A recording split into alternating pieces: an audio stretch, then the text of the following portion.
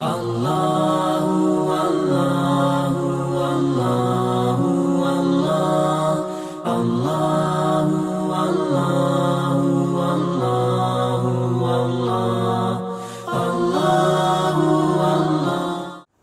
علیکم ورحمۃ اللہ وبرکاتہ۔ ایک نئے ایپیسوڈ کے ساتھ حاضر خدمت ہوں عبداللہ بن زبیر، اور آج انشاءاللہ العزیز ہم 7ویں پارہ کی جو مختصر تشریح و تعبیر ہے وہ آپ کے سامنے پیش کریں گے۔ جیسا کہ اس سیریز میں ہم احکامات اور نواہی پر بات کر رہے ہیں، اور خصوصی طور پر اس سپارہ میں جس طرح کی باتیں ہوتی ہیں اس پر ہم ڈسکشن کر رہے ہیں، تو آج اس حساب سے ہمارا 7واں سپارہ ہے۔ اس میں 2 حصے ہیں، سورۃ مائدہ اور سورہ انعام۔ سورہ مائدہ کا بقیہ حصہ ہے اور سورہ انعام کا ابتدائی حصہ ہے۔ سورہ مائدہ کی بات کی جائے تو سورہ مائدہ کے جو بقیہ حصے میں اللہ تعالیٰ نے 3 چیزوں کا ذکر کیا ہے۔ سب سے پہلے اللہ تعالیٰ نے جو حبشہ کے رہنے والے نصارہ تھے ان کی تعریف کی ہے۔ دوسرے نمبر پہ اللہ تعالیٰ نے حلال و حرام کے چند مسائل کا ذکر کیا ہے، اور تیسرے نمبر پر قیامت کا تذکرہ اور حضرت عیسیٰ علیہ السلام کا ذکر ہے۔ تو جہاں تک حبشہ کے نصارہ کی بات ہے تو حبشہ کے نصارہ عام عیسائیوں کی طرح نہیں تھے، بہت رحم دل تھے۔ انہوں نے مسلمانوں کو جب ہجرت کرتے ہوئے دیکھا یا اپنی طرف آتے ہوئے دیکھا تو انہوں نے مسلمانوں کو خوش آمدید کہا، اور مسلمانوں پر ہونے والے مظالم کے بارے میں سن کر وہ آبدیدہ ہو جاتے تھے، اور اس عمل کی وجہ سے اللہ تعالیٰ نے حبشہ کے نصارہ کی تعریف کی ہے۔ دوسرے نمبر پر حلال و حرام کے جو مسائل ہیں، اللہ تعالیٰ نے ایک اصول بیان کیا ہے کہ جو حرام قرار دینا ہے وہ آپ کے اختیار میں نہیں ہے۔ کیا چیز حرام ہے، کیا چیز حلال ہے، یہ اللہ تعالیٰ نے اپنے ہاتھ میں لیا ہوا ہے۔ وہ چاہیں تو کسی چیز کو حلال کر دیں، چاہیں تو کسی چیز کو حرام قرار دے دیں۔ اللہ تعالیٰ نے مختلف آیات میں، سورہ بقرہ کی آیت نمبر 173 میں، سورہ مائدہ کی آیت نمبر 3 میں، سورہ انعام کی آیت نمبر 115 اور سورہ 145 اور سورہ نحل کی 115 نمبر آیات میں اللہ تعالیٰ نے حرام کے متعلق مختلف باتیں کی ہیں کہ کون سی چیزیں حرام ہیں۔ شراب، جوا، بت، پانسے، ان کو حرام قرار دیا گیا ہے۔ اسی طرح غیر اللہ کی منت، غیر اللہ کا ذبیحہ جس پہ اللہ کے علاوہ کسی کا نام لیا گیا ہو، اسے بھی حرام قرار دیا گیا ہے، اور واضح طور پر صراحت کے ساتھ سود کو بھی حرام قرار دیا گیا ہے۔ اور ایک اور چیز جو انتہائی متبرک مقامات کے ساتھ تعلق رکھتی ہے کہ جب آپ احرام پہنتے ہیں اور بیت اللہ کے قریب ہوتے ہیں یا حرم مکہ کی حدود میں ہوتے ہیں، اور آپ حج کی یا اس کی طواف کی نیت سے وہاں پہ ہیں یا عمرہ کی نیت سے وہاں پہ ہیں، تو احرام کی حالت میں آپ تری کا شکار نہیں کر سکتے۔ یہ تری کا شکار کر سکتے ہیں، خشکی کا نہیں کر سکتے۔ حالت احرام میں تری کا شکار ہو سکتا ہے لیکن خشکی کا شکار نہیں ہو سکتا۔ تری میں شکار کر سکتے ہیں۔ اب تری کی شکار کی بات آئے تو مکہ کی حدود میں، حرم کی حدود میں کہیں پر بھی کوئی تری موجود نہیں ہے۔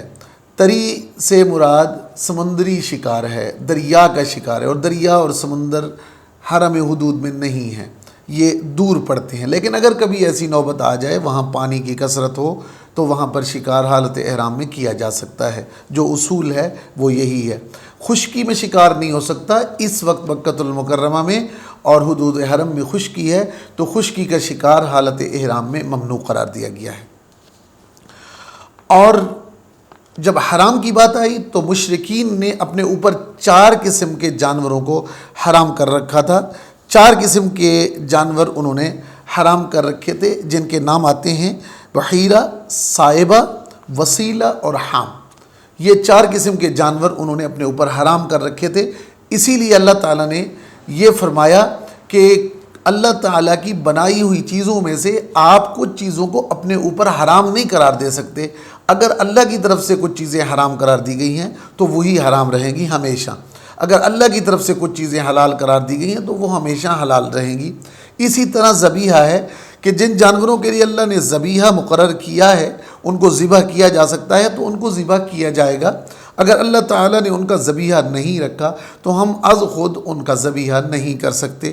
جیسا کہ جانوروں میں مچھلی اور اڑنے والے پرندوں میں مکڑی اللہ تعالیٰ نے ان کا ذبیحہ نہیں رکھا، باقی چیزوں کا ذبیحہ ہے۔ ان کا سانس اگر باقی نہیں رہتا، اگر ان کی سانس نکل جاتی ہے تو یہ جانور مچھلی اور مکڑی، یہ دونوں، ایک پرندوں میں اور ایک آبی جانوروں میں، تو یہ دونوں سانس نکلنے کے بعد حلال تصور کیے جاتے ہیں، ان کے ذبیحہ کی ضرورت نہیں۔ جبکہ ان کے مقابلے میں دیگر جانوروں کی سانس اگر نکل جائے اور ان پر ذبیحہ نہ ہو، اللہ کے نام کے ساتھ ان پہ چھری نہ پھیری جائے، تو وہ جانور حرام تصور کیے جاتے ہیں، وہ حلال تصور نہیں کیے جاتے، اور یہ اللہ تعالیٰ کی مرضی پر منحصر ہے۔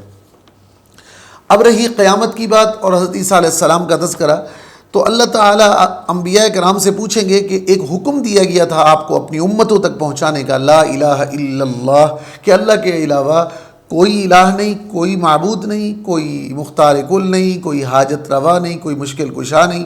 یہی پیغام لے کر حضرت آدم سے لے کر حضرت عیسیٰ تک تمام انبیاء کرام دنیا میں تشریف لائے۔ لا الہ الا اللہ، عیسیٰ روح اللہ، لا الہ الا اللہ، موسیٰ کلیم اللہ، لا الہ الا اللہ، ابراہیم خلیل اللہ، لا الہ الا اللہ، اسماعیل ذبیح اللہ، لا الہ الا اللہ، نوح نجی اللہ، لا الہ الا اللہ، محمد الرسول اللہ۔ اسی طرح تمام انبیاء کے آگے اسما بدلتے گئے، لیکن پہلا پیغام وہی تھا۔ تو اللہ اس بابت پوچھیں گے کہ کیا آپ نے اپنا پیغام پہنچا دیا تھا؟ انہی سوال و جواب کے ضمن میں جب یہ تذکرہ ہو رہا ہوگا، اللہ تعالیٰ عیسیٰ سے پوچھیں گے کیا آپ نے بھی پیغام پہنچا دیا تھا؟ تو عیسیٰ علیہ السلام عرض کریں گے، جی باری تعالیٰ، میں نے بھی اپنا پیغام جو آپ کی طرف سے مجھے ذمہ داری سونپی گئی تھی، وہ میں نے مکمل پیغام پہنچا دیا ہے۔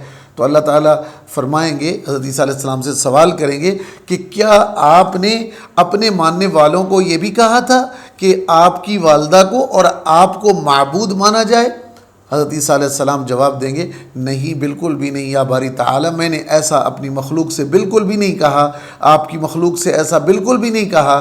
آپ کی مخلوق سے میں نے صرف یہ کہا کہ صرف اللہ ہی کی ذات کو معبود ماننا ہے، مجھے یا میری والدہ کو نہیں۔ یہ ان کا اپنا غلو ہے، میں نے انہیں اس بات پر مجبور نہیں کیا اور نہ ہی میں نے ایسی کوئی بات بتائی ہے۔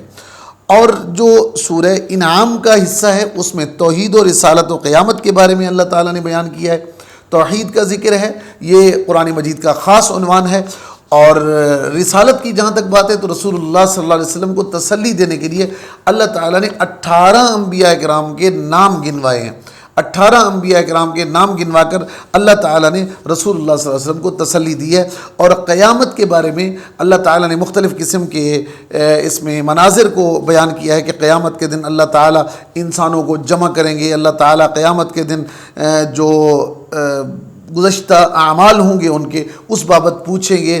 اسی طرح یہ کہا گیا کہ اللہ تعالیٰ قیامت کے دن آخرت کی زندگی جو ہے اس بارے میں پوچھیں گے کہ آپ نے اپنی دنیا کی زندگی میں کیا کیا اس آخرت کی زندگی کے لیے، آج جو آپ جس سے واسطہ پڑ رہا ہے اور آج آپ جن حالات کا سامنا کر رہے ہو، تو یہ کس سے تعلق رکھتے ہیں؟ کیا آپ اس قدر بہتر سمجھتے ہیں کہ اس کا جواب دے سکیں؟ تو یہ سارے جو احوال ہیں یہ اس سپارے کا حصہ ہیں۔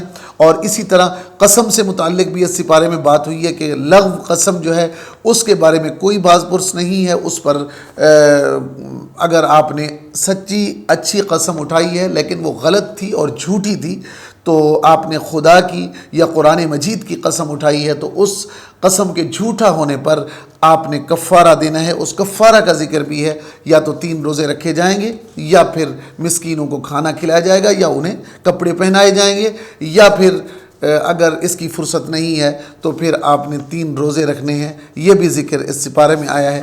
آج کے لیے بس اتنا ہی، اپنا خیال رکھیے گا، دعاؤں میں یاد رکھیے گا۔ اللہ نگہبان۔